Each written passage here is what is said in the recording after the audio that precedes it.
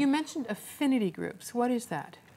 Affinity groups are basically interest groups. So I mentioned the multi-use street initiative, where there's one person who's just so passionate about that, but there's probably other people in the community who, if they knew about it happening, would be passionate as well. And so what we're trying to do is connect those people, which is what happened with the car share. You know, she was able to find other people in the community who really wanted to do that and came together and created the car share program.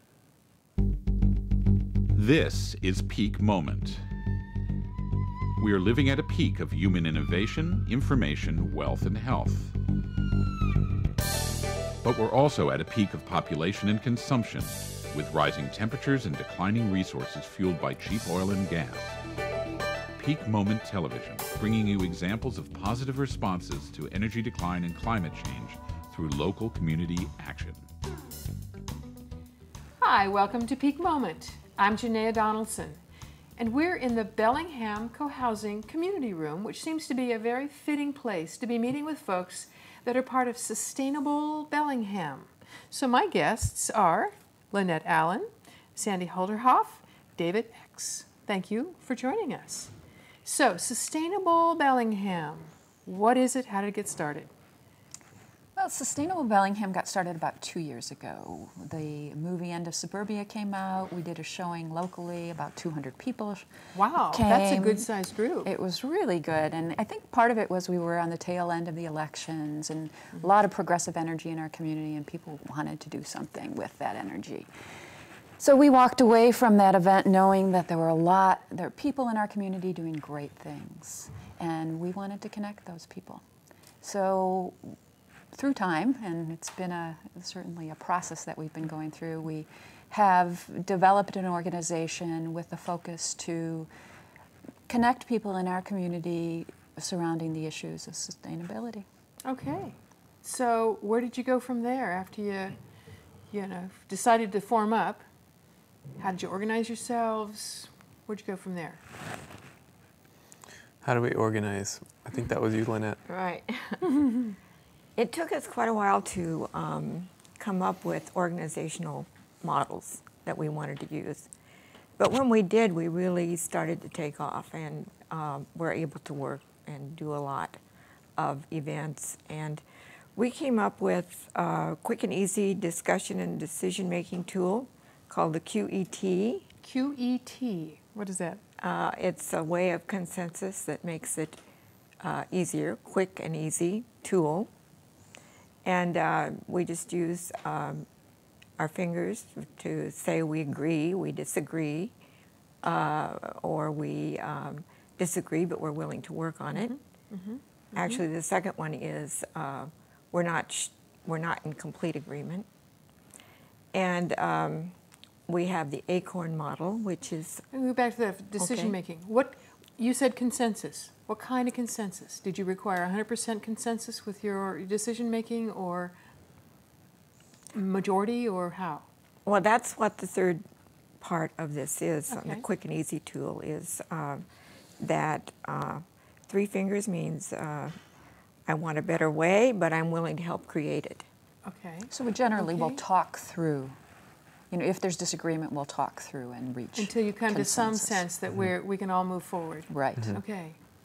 How many people were we talking about in this kind of, organizing body or steering group or whatever you call yourselves? Well, we started out with about, 7? And now how many are there Well, now? currently we're down, we've just lost 2 key members. They just moved from town. Right, but we just added 1 more in, and we're interviewing other people to bring into what we call our vision team, which is the core, the center of our organization. Okay, so it's not a huge, unmanageable body of people here. Okay, so. And we also, for events, are using the ACORN model, which is an organic systems model based on the medicine wheel. This is being taught in the Wilderness Awareness School in Duvall, Washington, in their mentoring training program. And I went to a workshop and I adapted it and taught my version of it. To your whole group? To the whole group. Okay. And it's working out beautifully. we like to stay with natural systems, and this is uses both natural system and also hierarchical, so it's kind of a combination, but it's working very well. And so in that model, give us an example of how that works Well, in a practical sort of way, or what the model is. For the events, we have a coordinator of the event. We have somebody who is the greeter, the person at the door. We have, and that's the East, energy, enthusiasm. The new beginnings. New beginnings. Right. In the South, we have the detail work, the hard work, like in the summer, planting and so forth. So that's financial records, all of the different handouts that we have. In the West, we have the actual community building event, the presenter. Okay. In the Southwest, we have the Northwest and Northeast and Southwest, which is like, is drawn on Northeast, Southwest, but is actually like up and down, like heaven and earth. So in the Northeast, we have someone who is watching the whole thing and reporting anything that needs to be told to the overseer of the event, letting them know. In the Southwest, we have, we take care of the physical space, beautify it, we set up, take down, and refreshments are in that area. So also, all of these have a small acorn, so that if, say, you're in the East and you're doing greeting, you're the greeter, you also have a group, you can have a group below you with Northeast, South, and West, so that you can delegate to your team. It helps us keep organized in terms of everybody knows what their role is at an event. And it sounds like a nice role in that you've got, because you're going with the directions, the compass directions, all 6, you know about ground, and you know it's a way of navigating your space together, or your action together. Very interesting model. It's very community feeling about it, and it's very flexible. And I'll read you here. The ACORN model helps us integrate people's diverse gifts into cohesive, effective teams, and it resolves many confusing issues between hierarchical and egalitarian approaches to organizational design. So you're really seeing everybody's got a part to play in a more egalitarian kind of way. And do you change roles? Do you just, so that you each get a chance to be on the wheel, if you will, at a different spot? That's great. We do. We have fun with that. So what kind of activities have you done using? Well, our first big event was this End of Suburbia showing, and I think 150 people showed up. Wow. Yeah, and it really kicked off our start, and a lot of excitement, and that was in November 2004. What else have we done? We've done movie showings, such as a local documentary on 100 Acre Wood, which is a development project, so that was about the land use issue here in Bellingham. We did an anti-fluoride video showing and panel on the fluoridation issue for drinking water and tap water. We've shown the movies Baraka, Independent America, and Power of Community. And so it's really a wide range of topics in here. I mean, some of them sort of have political implications, and it's not, well, probably all ultimately about sustainability and health of your community. And there are so many different topics on sustainability. There's so much to cover, and we were trying to be flexible with what's live at the moment, and also looking forward to what's going to hold the vision. We were thinking about having a community space and doing all these events there, but we decided that might be too much money to spend on to try and invest in a place. And we want to be sustainable as an organization. Sure. So we decided to use the places that are free in town, like the co-op and the WECU building and public market and that kind of thing, that and the low-cost spaces like the senior center and the library, to hold these events, sharing, because sharing is a sustainable method. Yes. And that's been working great for us. And our events are for education and for networking, and which are our 2 main goals, education and networking. So how do you accomplish that? How do you, certainly the films themselves have an educational side. Do you do any discussion with them afterwards? Of course, yes. And somebody in your group leads that kind of discussion? Is that how it works? It happens all different ways. We have sometimes a facilitated discussion. Sometimes we have unfacilitated discussions. Those are interesting. Sometimes we have free-for-alls. Yeah, so yeah, we're definitely learning how that goes. Sometimes a single speaker, a panel. There's any number of things you can do. I really like the sharing facilitated discussion. Like after we had Power of Community, which is a very great Yes, it's wonderful. It's about how Cuba responded when peak oil hit for them when the Soviet Union stopped their shipments. So that brought a lot of discussion out in your community. That was a great one. We did a sustainable transportation fair. What was And that? that was well attended and responded to. We had electric cars. You had We had electric cars electric here. bicycles. We actually, Walking. We did it at the senior center. Okay. yeah, and Western Washington University has a great program for alternative cars. Vehicle Research Vehicle Institute. research. Really? And they brought in one of their big fancy cars. It was great. We had probably about 150 people So showed up the to main that. message is here are the ways to think for the future, Right. even though they're not. You're going to not get into the auto dealers lot yet, but they're coming. To think about And this. here are some practical solutions to your transportation needs. We had, electric scooters, electric bicycles. So it was really well received. Did you People enjoyed also it. go into anything like car sharing at that point, or We did, and actually we have currently a car sharing program here in Bellingham, and that pretty much kicked off as a result of our transportation fair. It allowed some of the people who were interested at the time to kind of come together in interest groups, which we refer to as affinity groups, and bring people together who share that common interest so that they could go forward and build something in our community. It was so? How many very people do you effective. think came to the fair? I mean, is it kind of a day that you can go in and out, or did you have speakers, or how did you structure that? We had both. We had a panel of speakers. They did very brief 3 to 5 minute presentations throughout the day. I think we started at like 9 o'clock in the morning and ended about 5. And then outside we had all the vehicles, so people could go out there and touch them and ride them. And inside we had some booths where the car share person was there, and some of the other, our Whatcom Transportation Association was there. We had some other booths. Whatcom is your info. county, right? Whatcom Your- is our okay, county, okay. yes. The networking really happened on that one. Yeah. People connected, and That's the car great. share was part of if not born there, then it was really Ignited accelerated. and got accelerated, going. yeah. Yes. And we had a lot of fun on the Segway. We had a Segway. a Segway. Yeah, and we that's had it like- right in the building, and everybody was taking turns on it. It's fun. And What it- is a Segway? Wait a minute. What is this? Oh, you've not seen him there? No. Gosh, it's It's hard basically to describe. something you stand on. It has 2 wheels. All right. It's not like a skateboard, but Big wheels. Yeah, big, and then you just lean on it to go forward, or you can lean back to go backwards, and it's just like this electric powered electric thing. powered thing. Yeah, Oh, and- what fun. Yeah. Oh, I bet you had every kid from every age Oh, they loved it. Yeah. on this. Yeah. The kids Yeah. were good on it. They They're like the so- electric bikes too. I bet. I'll bet. Well, I think that you've got what I understand, you've got a very walkable, bicyclable, transit-friendly town. And I would imagine that some of the electric options can expand that so that folks who don't have an easy time biking uphill could use the electric bikes.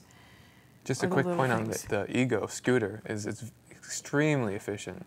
It's almost up there next to the bicycle as far as efficiency goes, and the bicycle is by far the most sustainable. But the Ego just blew my mind how efficient it was. So there's a lot of potential for electric vehicles. They're under 30 miles per hour. They're the way to go. And can for sure. do they go in the bike lanes? Are they permitted in the bike lanes? Is that where they would be allowed? Would they be on the sidewalk? I mean, where Actually, don't are know they that. legal? No, I think they have to be, they're licensed like a car. Oh, really? So, yeah. So you can, And that's, although we do have a very walkable community, we still have a ways to go. We have a lot of bike lanes, but there are some streets that don't have them on, and there are people that feel very intimidated by that. And one of the people that came to our Sustainable Transportation Fair was bringing in the whole idea of the multi-street initiative, which is something that they do over in Holland very well, where they basically have some lanes that they're closed down to car traffic. Smart. So it's lower speed vehicles, which I would can be imagine ideal for the electric scooters and things like that. Particularly like in your downtown area where you have a lot, Right. it'd be very nice to have it be a walkable and electric little scooter Right. kind of place. It's called multi-use, and we need that a lot of that kind of thing, modification here in Bellingham, because only certain streets have the bicycle lanes, not others. We got off on that fair because it sounded like a really nice thing to ignite, well, a lot of communities. I mean, with the oil prices rising and our, you know, so on, that's going to be a really prime area to pay attention to. So I think you're smart to be looking at that early. It's a teaching moment. A teaching moment. Really Well is. said. Any other events that you've done that you want to talk about or that you're envisioning? A few more. We have one coming up on Thursday about eco-villages. Actually, it's going to be here. At the co-housing? Yeah. Okay. This event, this taping, has been wonderful as far as getting our organizations together. And what you're providing for the community is some video work that we might even just put on our website as short video clips and maybe make into a documentary. So this is kind of an event also. Sure. We also co-sponsor events, like someone wants to teach about sustainability or constructing earth ovens or some sort of green building class or any of the things that are going on. And we can co-sponsor and help them announce their event, you know what I mean, or on our calendar and also our listserv. So actually that leads kind of naturally to about communications, because if you're seeing yourselves as a tool for connecting various activities that are going on in your community, how do you do that? How do you communicate and reach others? Well, we have a number of ways. There's the face-to-face. There's also a website, which we're really putting a lot of effort into. And what is that? Tell us what the address is. www.sustainablebellingham.org. .org. Okay. This was designed by Lynette, and it's using open source technology. And it has links to supporting organizations like, say, the Peace and Justice Center or the Car Share, things like that. So Sustainable Connections. right, yeah. There's All tons of of it. organizations in Bellingham. You have a pretty to connect astounding to. number of nonprofits and businesses that are sustainability minded, it seems to me. We are extremely fortunate here in Bellingham, and which was one of the reasons we decided to form in the first place. There's so much going on in our community. Okay. Great. So that's on your website as some of Right. the other folks to know about in your Calendar. The we calendar, have, right? where people can go and post their events. So is that open to anybody in the community that says, I'm doing something that's broadly related to, okay. Yeah. Okay. And the website's set up as a wiki so that you can go in if you're an organization or a new group, and you can right there edit what you want, put in what you want. So how do you have to do some gatekeeper work? That is, are there, somebody might want to just do that and put in something wild that's not at all related to Sustainable Bellingham when you open it that way. How do you? Yeah, have you had to deal with that yet? We have. We've had some people come in and put in links that were certainly not appropriate for our website. And basically, we have someone that goes in and looks at that and gets rid of them periodically. But it is something we really do need to It's going to be a question that we focus. all need. I think all the groups who want to provide the service that you're doing, the networking kind of service, are going to have to look at. It's a tough one. Yeah. Those links were put on what we call a wiki, which, if you don't know, is like an interactive website. Anyone can change the wiki. We did password protect some of the parts of the wiki, but that will be an issue because we do want to be open. We want the communication to flow, especially on the website, because the internet is wonderful for that. Yes. But, yes. Yeah.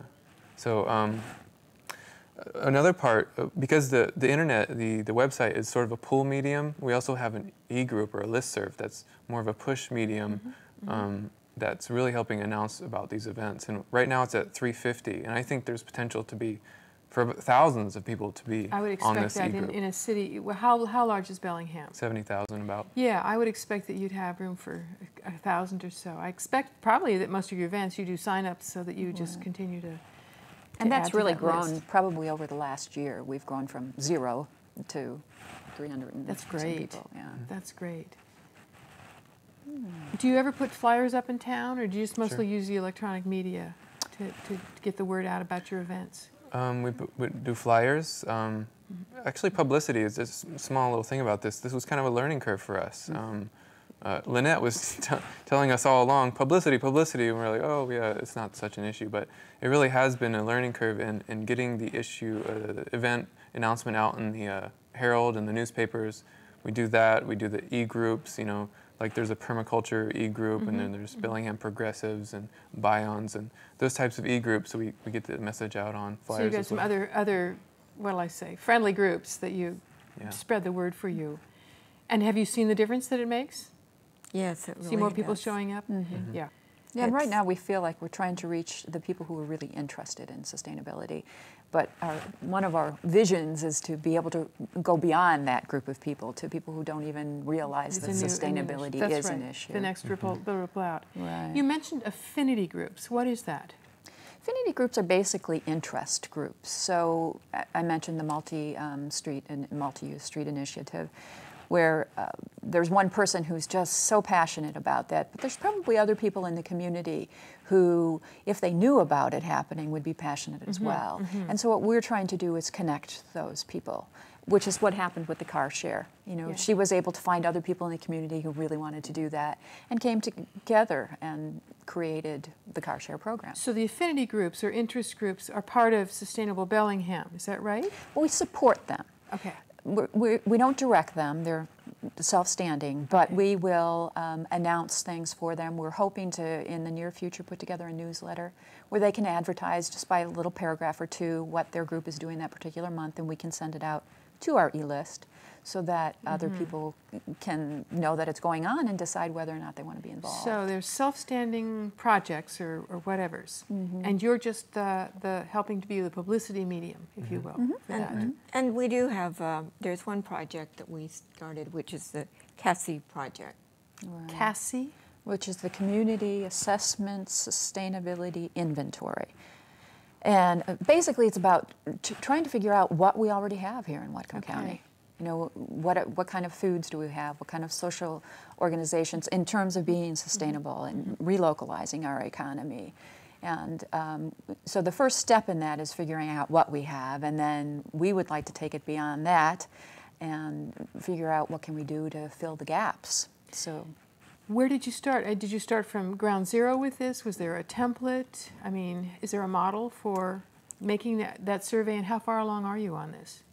There is a template, and actually Dave and Allison Ewald, who were two of our founding members, were very instrumental, David particularly. And to tell you the truth, I can't remember what. I know that it had something to do with, I'm going to say the Earth Charter. Okay. Yeah. Okay. But it is something out there that already exists. He tweaked it a little bit to start it moving in our community. And now that they've left, we have someone who has taken it up. And we basically look at that too as one of our affinity groups. So what else haven't we talked about? We've only got about 4 minutes here, and what else haven't we covered?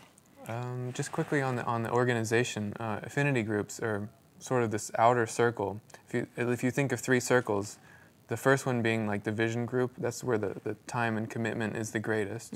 And then outside of that is sort of our teams, which we have an event team, we have a website team, we have an advisory council, we have maybe a newsletter team coming up. What other teams? We have one more. Website. Membership team. We have a volunteer team. And so this is our outer, you know, not our outer, but second circle.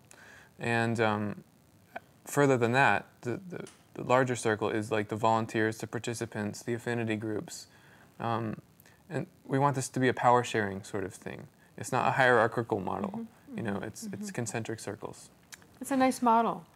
It sounds to me like the functions you have in you've got your core that's getting your vision, staying and making sure things are on your vision, and the next layer out that are functions that help facilitate things that are needed by your various affinity groups or other things, because publicity is needed by all of them and so on.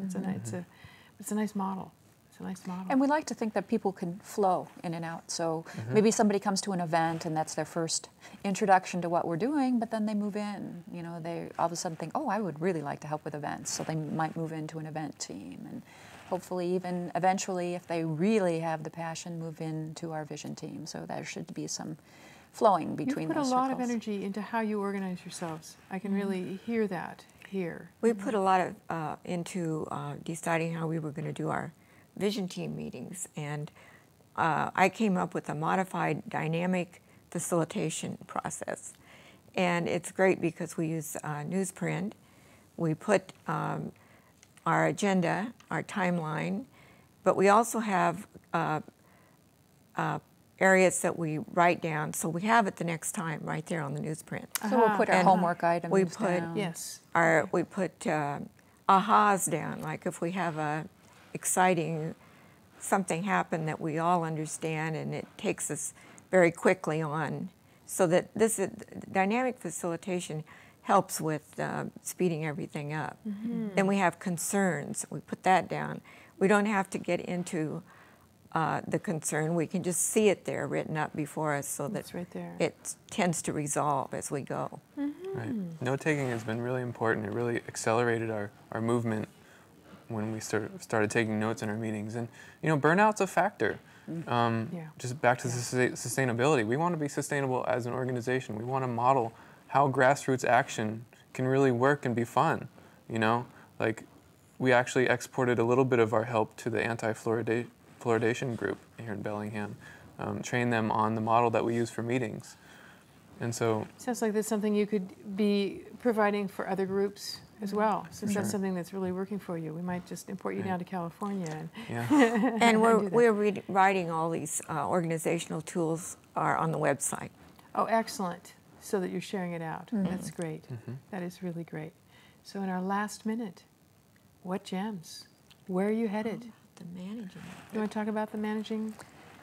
Well, yeah, one of the challenges we have is trying to figure out how we're going to manage all this change, and especially in our organization. And there are 5 different elements: vision, skills, incentives, resources, and action plan. And many organizations are missing one or another of those, and it creates problems. And I personally believe that we're kind of light on the resources at the moment. And so it's frustrating because we have so many things we want to do in our community, but yet we don't have enough people, we don't have the funds we need.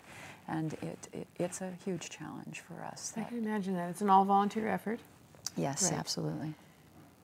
That's but you know, that's what they're all, you know, you're go out there and pioneer it for all the rest of us. Right? Exactly. Yeah, and this is a movement, and that's what's so inspiring, I think, to me, is that there are other people out there doing it. That's right. Great. Thank For you. you. Thank you for joining us. Thank you. You're watching Peak Moment, Community Responses for a Changing Energy Future. I'm Janaea Donaldson. Join us next time.